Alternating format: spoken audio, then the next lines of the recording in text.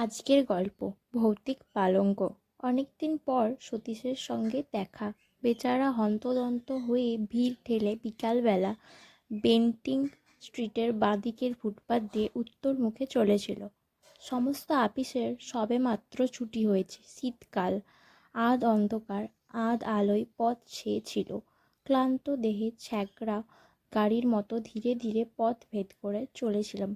সহসা সতীশের জামাটা চেপে ধরে চিৎকার করে উঠলাম, আরে সতীশ যে সতীশ! সবিস্ময়ে আমার পানে চেয়ে বলে উঠল, খগেন, বাই গড, আমি তোমাকেই খুঁজছিলাম। বললাম, তার প্রমাণ? আমাকে ধাক্কা দিয়ে তুমি চলে গেছিলে, আর একটু হলে ভাগ্যিস ডাকলাম। সরি, আমি এখন বিশেষ ব্যস্ত। তা তো বুঝতেই পারছি। তা কোথায় চলেছ শুনি? তোমাকেও আমার সঙ্গে যেতে হবে। বেশি দূর নয়, যাবার পথে সব বলবো। আশ্চর্য, না বললে শুনবো না, জোর করে নিয়ে যাব। ছেলেবেলা থেকেই সতীশকে চিনি, কথা অনুযায়ী সে কাজ করে, আর শরীরে কিছু বল থাকায় প্রায় ক্ষেত্রেই সে বল প্রয়োগ করে স্বার্থ সিদ্ধি করতে ভোলে না।